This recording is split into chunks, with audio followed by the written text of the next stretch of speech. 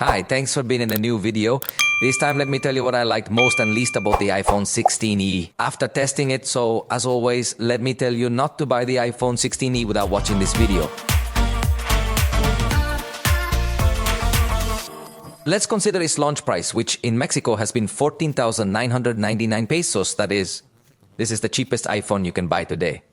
And the truth is that after the launch of the iPhone Air, this has surprisingly become an attractive option, and it offers basically the same as the iPhone Air but much cheaper. Let's start with what I like the most. Since it's an iPhone, its distribution is extensive and widespread, with numerous stores available where you can purchase it. Additionally, as expected from an iPhone, it comes with exceptional and tremendous support. Apple's after-sales service is excellent, with many accessories and cases available for this device. It offers IP resistance to 6 meters deep. Most brands offer IP68 to 1.5 meters, but this goes further, ensuring it won't be damaged if it falls into water for a while. The screen featuring XDR capabilities is truly exceptional, especially when it comes to color accuracy, brightness, as well as contrast. However, the sound quality is absolutely spectacular, offering a truly immersive experience. It's undoubtedly the best sound in its range, likely delivering high-quality audio. Furthermore, the front camera is possibly the best in its category as well, providing outstanding quality. It is remarkable because it has autofocus. Its preview is highly optimized in backlit scenarios, giving superb quality when recording videos.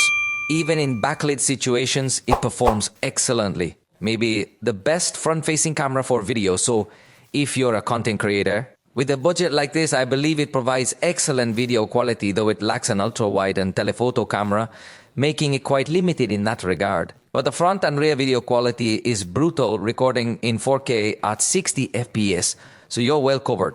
Besides being an iPhone, it is also known for having a very extended support for updates, possibly lasting up to 7 years. This means you can expect it to receive software updates for a long time. The software quality is excellent, and it comes with factory pre-installed applications that are very well made and useful. For instance, GarageBand, iMovie, and various others, which already enable you to start handling at least some projects without needing to spend more on another app or subscription. The battery, even though it is unofficially rated at 4,500 milliamps, still performs well, about as average as a 5,000 meters, at least in my tests on Android. The battery is not a concern, it performs well and gives you access to the Apple ecosystem.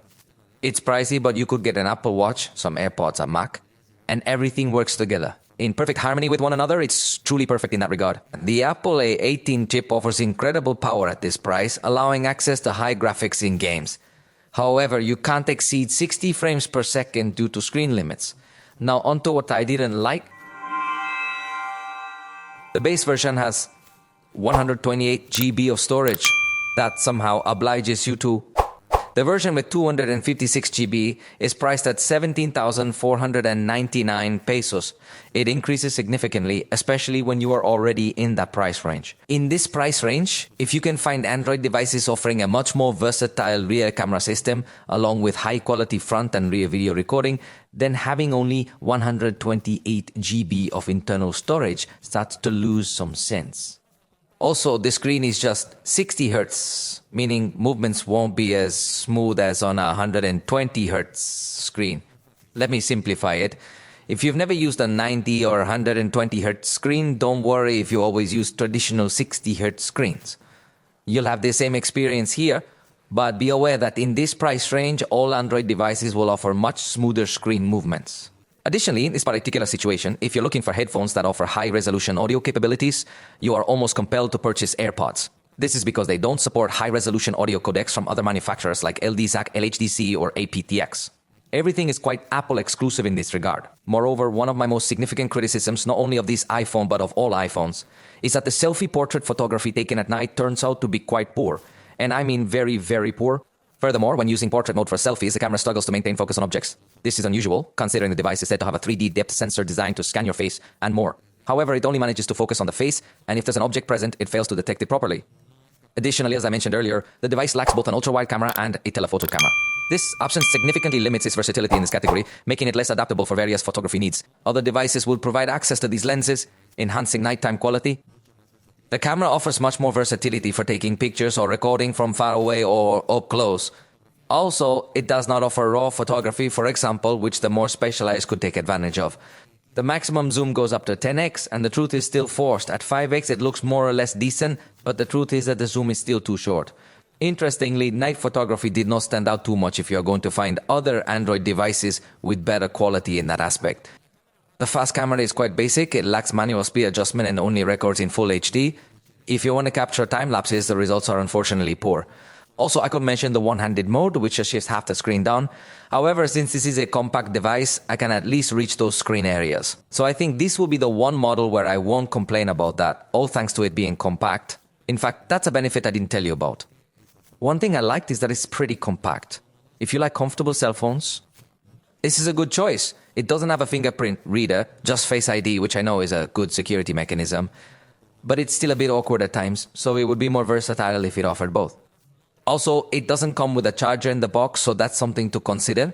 And in addition to considering the price of that charger, consider that it would be a slow charge. In my 0 to 100 test, it took an hour with 32 minutes, so it's not going to be outstanding in this regard. Also, iPhone multitasking, you know it's not real multitasking. For instance, when you're working on something, like exporting a video, and you switch to another app, you'll notice it's completely cancelled out. You can't multitask, which is actually easy on Android with floating windows, background notifications, and other features. So in this case, let's say it doesn't really help you be as productive when you're trying to do multiple things simultaneously. When it comes to gaming, it might get a bit overheated. You see why it's a compact device, but it's important to know that. It's quite complex since as an iPhone, it's clearly a good choice because it is the entry-level iPhone, which indeed provides you with access to a range of various benefits that you're not usually going to find on the Android side of things. But at the same time, if you directly compare it to an Android, the camera is much simpler in lens versatility, and especially the 128GB storage makes it. This option is completely dropped. But hey, if you've already purchased it, please let me know your thoughts in the comments below. For now, we've come to the conclusion of this video.